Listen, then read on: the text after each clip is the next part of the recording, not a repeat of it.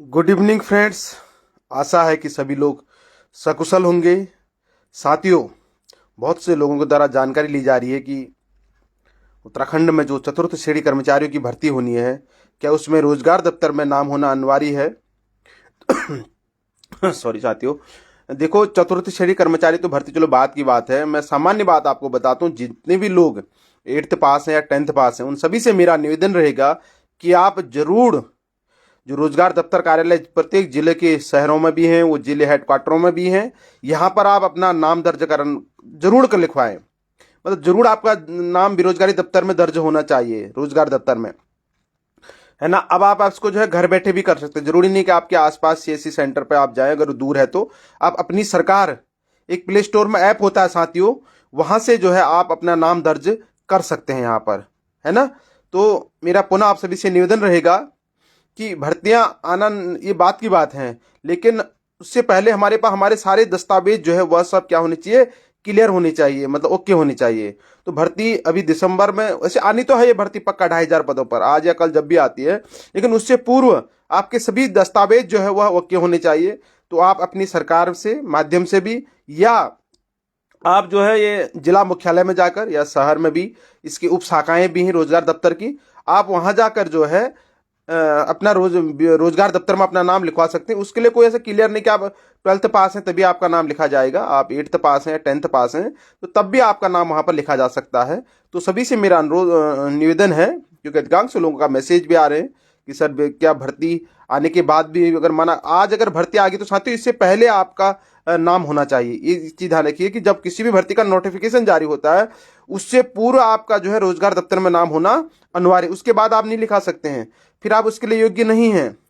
तो इसलिए कोशिश ये करिएगा कि भर्ती आने से पूर्व आपको रोजगार दफ्तर का जो एम्प्लॉयमेंट नंबर होता है वह प्राप्त हो जाना चाहिए, पहली बात।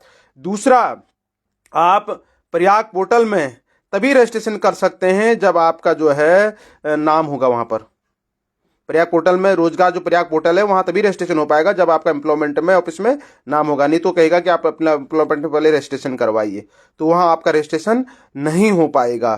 तो इसलिए मैं सभी अपने मित्रों से जो मेरे साथ जुड़े रहते हैं, बार बार मेरी जो मैं जानकारियां देते रहता हूं, उनको सुनते हैं, उनसे मेरा निवेदन रहेगा कि आप सबसे पहले अपना रोजगार दफ्तर में नाम लिखा लें। अगर आप कहीं दूर भी हैं, आपके पास समय नहीं है, तो आप प्ले स्टोर में जाकर अपनी सरकार ऐप को डाउनलोड कर वहां से भी आप जो एम्प्लॉयमेंट ऑफिस में नाम लिखा सकते हैं। इसमें कहीं जाने की कोई जरूरत आपको नहीं है। और मैं बहुत जल्दी इस वीडियो को बना भी दूंगा कि कैसे आप अपनी सरकार ऐप के माध्यम से अपना नाम बेरोजगार दफ्तर में या रोजगार दफ्तर में लिखा सकते हैं। साथियों को हो सकता है कनेक्टिविटी का बीच बीच में इशू आ रहा हो, तो मेरा इसीलिए मैं भी लाइव भी आ जाता हूं, क्योंकि बार बार फिर वीडियो बनाना, उसको अपलोड करना, समय का थोड़ा अभाव रहता है। ऑनलाइन क्लासें भी बच्चों की मैं करता हूं, अन्य होमवर्क देना पड़ता है मुझे घर आके, तो समय का अभाव रहता है। लाइव बहुत बिजी रहती है मेरी, बहुत शेड्यूल मेरा बिल्कुल एकदम, मैं बहुत रात तक बिजी रहता हूँ। तो इसलिए अपना लाइव आकर मैं सारी जानकारियां दे जाता हूँ।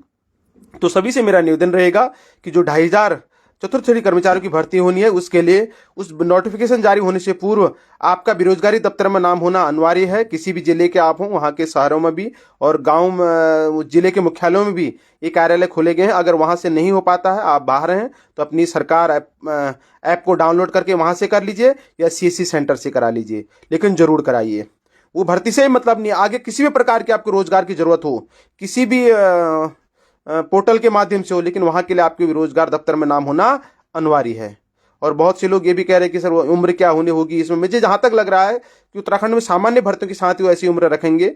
जो सामान्य भर्तियों में उन्होंने अधिकतम 42 साल रखा है, तो हो सकता है 42 साल वो रखें। और उसके अलावा क्वालिफिकेशन का भी मैं क्लियर तो नहीं कह सकता हूँ, लेकिन मुझे जहां तक इसमें भरोसा है, ये लोग 8th पास इसके लिए क्वालिफिकेशन रखेंगे।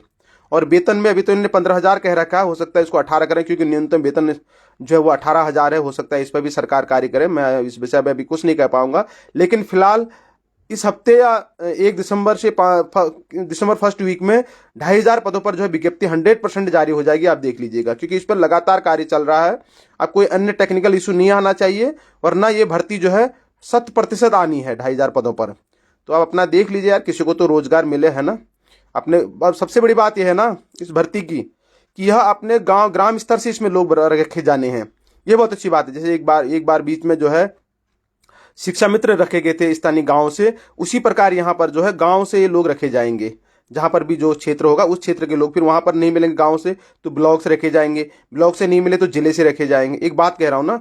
और दूसरा, बहुत से लोग ऐसे भी कमेंट कर देते हैं कि सर इसमें तो सेट हो गए होंगे पहले से। ऐसा नहीं है, क्योंकि मेरिट वाइज होना है। तो अब आपसे जिसकी कम मेरिट है कि उसका कैसे हो सकता है, आप बताइए। दूसरा, आजकल तो सूचना अधिकार प्राप्त करने का भी आपको जहां पर शक लग रहा है, वैसे ऐसी जरूरत पड़ेगी ही नहीं, क्योंकि इसमें सीधे सीधे गांव स्तर से होना है, ब्लॉक स्तर से होना है। तो हमको तो पता है सब अपने बारे में, है ना, कौन हमसे आगे पीछे है। दूसरा, आजकल जानकारियां भी प्राप्त की जा सकती हैं। तो मुझे नहीं लगता कि इसमें से कुछ फर्जीवाड़ा होगा। इस पर आप भरोसा भी मत करिए। जैसे ही फॉर्म आते हैं आप फॉर्म भरिए, रोजगार प्रयाग पोर्टल में अपना रजिस्ट्रेशन करा लीजिए, अपने सभी जानकारियों को आप जो है अपडेट करिए, बाकी होते रहेगा। हमारे बरगली जी लिख रहे हैं, कहाँ से जानकारी पहले दे देते, शायद सरकार चुनाव से पहले रोजगार दे रही होती। अब बरगली जी, मैं इस विषय में तो क्या कह सकता हूँ यार, मेरे तो कई मित्र मेरे साथ जुड़े रहते हैं और मैं उनको अपनी जानकारियां साझा कर देता हूँ। मैं चाहता हूँ यार कि जो लोग वास्तव में मेरे साथ जुड़े हैं उन्हें कुछ तो इसका फायदा हो ना। और अब सरकार क्या करी यार, बड़े भैया, मैं इस विषय में कुछ नहीं कर सकता हूँ। सरकार बस ये है कि मेरा तो यही था कि यार कल कोई साथी मेरा इस बात को लेकर बाहर ना होना कि यार मैं रोजगार दफ्तर में मेरा नाम नहीं था और मुझे जानकारी नहीं थी, तो मैं इस कारण से जो है फार्म नहीं भर पाया, है ना। वही मेरा मूल मकसद है और मैं इस विषय में कोई टिप्पणी नहीं करना चाहूँगा।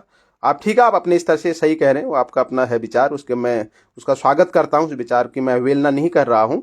लेकिन ये है कि मेरा मूल मकसद यही था कि मेरे ग्रामीण क्षेत्र के कोई भाई ऐसा वंचित ना रह जाए कि यार बेरोजगारी दफ्तर में तो नाम था नहीं और पढ़ाई भी करी थी लेकिन उस कारण में फार्म नहीं भर पाया। तो साथियों, आपने मुझे सुना, इसके लिए आपका सहृदय धन्यवाद है। और मैं अभी अपनी सरकार पोर्टल ऐप है ना, जो ऐप है, मैं उस पर भी जो है आपको बताऊंगा कि कैसे आप अपना घर बैठे अपना जो है कोई भी कागज, साथियों, XYZ कुछ भी, आज अपनी सरकार जो पोर्टल है ना उसमें कुछ भी आप कर सकते हैं। जो भी आपको प्रमाण पत्र की आवश्यकता है, घर बैठे बिल्कुल सब कुछ वहां पर आपका हो जाएगा। ठीक है, मैं उसको भी आपको बता दूंगा। बाकी जुड़े रहिए यार अच्छे कार्य के लिए, है ना। और लोगों के, क्योंकि टांग खींचने वाले तो साथियों आपको बहुत मिल जाएंगे, आगे बढ़ाने वाला बहुत कम लोग ऐसे मिलेंगे जो आपको ये सोचे कि आप आगे बढ़े, है ना। तो खूब मेहनत करिए, मेरी शुभकामना आप सभी के साथ है यार, सबको रोजगार मिले। मैं समझ रहा हूँ कि बेरोजगारी का स्तर, क्योंकि इस रास्ते से गुजरा हुआ हूँ, 300 के जो एक बाथरूम होता है वहाँ से मेरी, उसमें मैं रहता था, वहाँ से मेरी ज़िंदगी का जो है निर्वाहन हुआ है, वहाँ से मैं आगे बढ़ा हूँ ना। तो मैं समझ सकता हूँ कि बेरोजगारी का आलम क्या होता है करके। उसके लिए मैं इसीलिए मैं रात दिन जितना भी मुझे जानकारी हो किसी प्रकार की होती है, मैं इसीलिए आपके बीच आता हूँ यार, कि कोई भी मेरा भाई जानकारी के अभाव में किसी परीक्षा से वंचित ना रहे, सबको रोजगार मिले यार, उद्यमशील बने सभी लोग, है ना। पुनः एक बार आप सभी को सहृदय धन्यवाद, नमस्कार। मैं बहुत जल्दी आपके लिए वीडियो लेकर आऊँगा अपनी सरकार में हम कैसे घर बैठे जो है अपना रोजगार दफ्तर में नाम लिखाएं। और 5-6 दिन में, 4-5 दिन में, मैंने 1-2 मित्रों का, उन्होंने बहुत निवेदन करा तो मैंने करा भी था उनका, तो 5-6 दिन में हो गया था, 4-5 दिन में, है ना। तो बाकी नारायण बर्गे जी, धन्यवाद, नमस्कार बड़े भैया, आप हमारे मार्गदर्शक हैं यार, और स्थानीय क्षेत्र के मुद्दों को उठाते रहते हैं, इसके लिए भी आपको साधुवाद है, धन्यवाद है। पेपर के माध्यम से सिलेक्शन होगा या इसमें, सर मेरे हिसाब से तो बड़े भैया इसमें मेरिट बनेगी, क्योंकि कार्यालय सहायक के पद हैं, तो इसमें ऐसा कुछ नहीं होगा टेस्ट वाला सीन ना। और अक्सर मैंने देखा कि जो आउटसोर्सिंग भर्तियां होती है ना, उनमें एग्जाम नहीं होते हैं। हो सकता है थोड़ा सा मिनिमम कोई इंटरव्यू रख लें ये लोग, नहीं तो एग्जाम तो नहीं होता। एग्जाम तो जो भी कंडक्ट होते हैं वो तो UKSSC कराता है या UKPSC कराता है ना, कोई परीक्षा एजेंसी कराती है, मतलब पेपर ऐसे किसी को भी नहीं दे सकते हम आउटसोर्स को ना। तो या तो कोई छोटा ऐसा ये भाई भाई इंटरव्यू लेना हल्का, या मेरे हिसाब से तो ये जैसे इन्होंने अतिथि शिक्षकों की मेरिट बनाई थी डिस्ट्रिक्ट वाइज या स्टेट वाइज, जैसे भी उनकी बनी थी, उसी आधार पे ये लोग आपका भी जो है ब्लॉक या जिले में या फिर इस तरह से ये लोग मेरिट बनाएंगे, है ना। शुभकामनाएं हैं यार। ऐसा है, जब मैं भी बेरोजगार था साथियों, इतनी छोटी सी भर्ती के लिए बड़ी आश निकल जाती थी यार, सोचता था कहीं कार्यालय में ही लग जाऊं, 15,000 ही मिल जाए, 10,000 मिल जाए, है ना। मैं इस चीज़ को समझ सकता हूँ, क्योंकि जो पहले मैंने एक वीडियो डाली थी ना, उसमें बहुत करीब 50-60 हज़ार लोगों ने उसको देखा था। तो मुझे लगा यार उसका मतलब ज़रूरत है लोगों को जॉब की ना। तो कुछ भी इस तरह का आएगा, मैं ज़रूर आपके बीच उसको लेकर आऊँगा आपके रोज़गार के लिए। मेरी पूरी कोशिश रहेगी कि यार हर भाई को काम मिले, है ना। हमारी पहाड़ों में बेरोजगारी वैसे ही चरम सीमा में है, संसाधनों का अभाव है, रोजगार नहीं है ना। कुछ है, कुछ स्थानीय लोग कृषि करना भी चाह रहे हैं, तो फिर वो जानवर लोग हमारे नुकसान पहुंचा दे रहे हैं उनको, तो उनका भी मोह जो है वो कृषि से हटता जा रहा है, मतलब ना। तो धन्यवाद, जैसा भी इसमें आएगा, अभी नोटिफिकेशन आएगा बहुत जल्दी, पहुंच जाएगा, क्योंकि मैं तो जानकारियां लेते रहता हूं इधर उधर, टीवी, अखबार वगैरह वगैरह पुस्तिकाएं पढ़ते रहता हूँ, तो कहीं ना कहीं से मुझे जानकारी मिल जाएगी कि किस माध्यम से मतलब मेरिट से भर रहे हैं। या पेपर तो नहीं होगा, इसकी गारंटी मैं आपको दे रहा हूँ। हो सकता है कि वो थोड़ा वाइवा ले लें, एक दो ना कुछ ऐसा कर लें थोड़ा जानकारी के लिए, नहीं तो मेरिट वाइज होगा साथियों। तो धन्यवाद, आप सभी ने मुझे सुना यार, इतनी देर तक आप लोग लाइव रहे, सभी का एक बार कोटि कोटि वंदन, नमस्कार। अगली वीडियो में अपनी सरकार से कैसे डॉक्यूमेंट बनाने उसको लेकर आऊँगा, ठीक है। नमस्कार साथियों।